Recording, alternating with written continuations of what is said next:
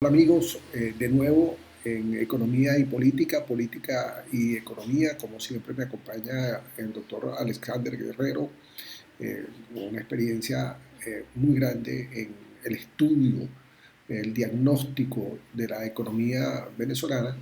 Lamentablemente a su propuesta no le han hecho mucho caso, que a lo mejor no estaríamos sufriendo la triste situación que estamos viviendo en este momento los venezolanos. Quedamos la vez pasada de decir, bueno, ¿y qué se puede hacer? Una de nuestros eh, seguidores en YouTube nos pidió que comentáramos sobre la dolarización de la economía, sobre estos mecanismos que de alguna manera son instrumentos a través de los cuales se les pone reparo, control a ese gasto excesivo del gobierno, a ese expendio sin control de divisas que lo que trae consigo es inflación, escasez, desempleo y todas estas cosas que hemos visto hasta ahora. Bueno, no hablo más, Alexander, te dejo para que nos ilustres sobre, primero, qué significa dolarizar la economía o bimetalizarla y, segundo, cuáles son los eh, inconvenientes y las Sí. ventajas que esto nos puede traer a los venezolanos. La hiperinflación, ello define aquella inflación fuera de control, es generada por un déficit fiscal que es financiado por el Banco Central, con bolívares que imprime a exigencia del gobierno. Esos bolívares van creciendo en la masa monetaria. La gente tiene muchos bolívares y van perdiendo el poder de compra y se va devaluando la moneda en el momento en que hace la compra. No importa que la tasa oficial marque determinado número, sino que se va comprando menos, la moneda se deprecia, se devalúa y la gente comienza a comprar bastantes rubros para ponerlos en sus casas porque la moneda que tiene en sus manos se deprecia, pero el café, la leche y la harina que compra sigue estando igual durante un periodo de tiempo. Sí. Y entonces esos bienes los usa para sustituir aquellas cosas que necesita. Eso es Ujú. hiperinflación. Más allá Eso del... produce más intereses que el banco. Sí, simplemente es una forma de defenderse, pues la gente no tiene otra cosa, sino como no puede guardar el dinero en el bolsillo o en el banco porque se le deprecia, pues prefiere guardarlo en un saco de harina y eso se va a mantener bien en condiciones comestibles durante los próximos días y cambiará por pollo o aceites y eso es lo que la gente está haciendo. En hiperinflación, la economía se contrae con fuerza, como ha ocurrido durante este año, donde tenemos una caída de una contracción económica, un crecimiento que llamamos negativo, que está alrededor del 12-13%, algo prácticamente inédito en la economía venezolana. Pero al mismo tiempo eso está en el marco de un control de cambio y la gente quiere una moneda que sirva y no una moneda que no sirva y está detrás entonces del dólar.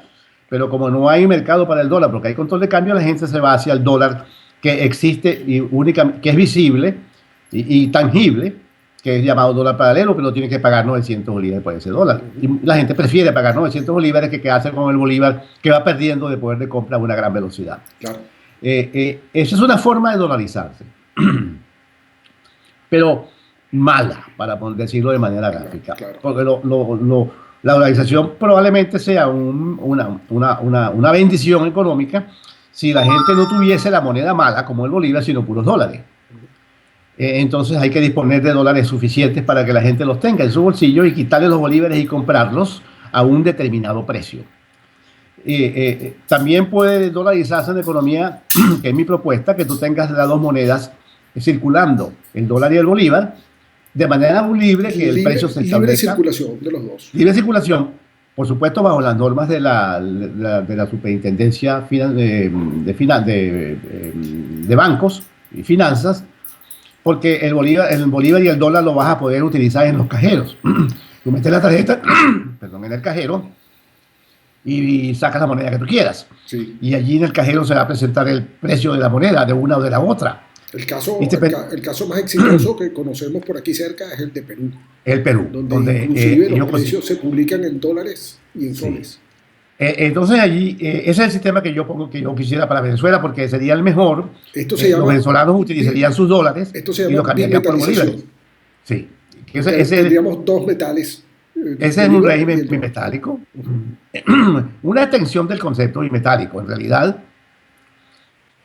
el concepto bimetálico viene del oro y la plata. Ujú. Simplemente aquí son dos papeles, Sí, impresos uno por el Banco de la Reserva Federal de los Estados Unidos y el otro por el Banco Central de Venezuela, que circularían los dos y el cambio entre ellos dos sería el cambio dictado en la calle. De esta forma le quitamos a los bancos los monopolios para que ellos le pongan el precio al dólar, sino que el exacto, precio en el dólar lo va a poner todo el mundo a través de los cajeros y eso trae muchísima estabilidad cambiaria. claro.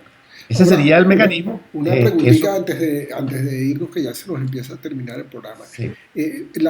Si fuese solamente el modelo ecuatoriano, que es la dolarización de la economía, solamente existe el dólar, entonces ahí tendríamos que tener un convenio con la Reserva Federal de los Estados Unidos. Y en el caso de la Sí, bimetalización, ellos tendrían que aprobarlo. Eventualmente, como ocurrió con Ecuador, un préstamo que hubo del Banco de la Reserva Federal, el Banco de la Reserva Federal no es muy proclive a hacer esas cosas. uh-huh, Asumir el dólar como moneda nacional, digamos, un país no es tan fácil. sí, Eso tiene que lograrse a través de un acuerdo con el Banco de la Reserva Federal. Pero ha ocurrido de manera de facto, uh-huh, como en muchos países, las islas del Caribe, que tienen su moneda, pero simplemente la gente no la usa. Panamá, O Panamá, que tiene una moneda, pero la gente no la usa porque la gente prefiere usar el dólar. sí, Entonces la moneda nacional. Pero yo preferiría que tuviésemos bolívares y dólares y que el precio fuese absolutamente libre, que pudiésemos afectarlo nosotros mismos en los cajeros, compramos una sí. moneda más Ahora, que la la otra. pregunta que te hice fue, si vamos a un esquema de bimetalización, entonces el convenio con la Reserva Internacional no haría falta, No ¿o haría sí? falta, no haría falta. O sea, es una vía más expedita. Sí, es una vía más expedita y además mantenemos la moneda nacional, Claro, que en algunas circunstancias es necesario mantenerla porque puede ser inclusive una especie de mecanismo flexible para poder absorber algún tipo de shock externo. pero también impone disciplina sobre el Banco Central, ¿no? Ah, no, Disciplina el régimen financiera. impone definitivamente, pasa ese comportamiento de la gente cambiando dólares y bolívares en la calle de manera natural, Mm. impone sobre el gobierno un régimen de control terrible. Señores, ustedes tienen que tener una finanza pública disciplinada. Pero la Asamblea Nacional puede lograr un acuerdo fiscal en el cual en la deuda o el déficit fiscal no crezca más allá de ciertos niveles que la economía pueda soportar. Eso Exacto, se hace en países como, te cuento, Nueva Zelanda, por ejemplo, sí. que tiene años funcionando, décadas funcionando, Y una moneda muy donde estable, ¿no? una moneda muy estable porque en el acuerdo del gasto del gobierno está la Asamblea Nacional, está el Congreso, está el Poder Legislativo y el Poder Ejecutivo, en un acuerdo que inclusive tiene carácter de ley.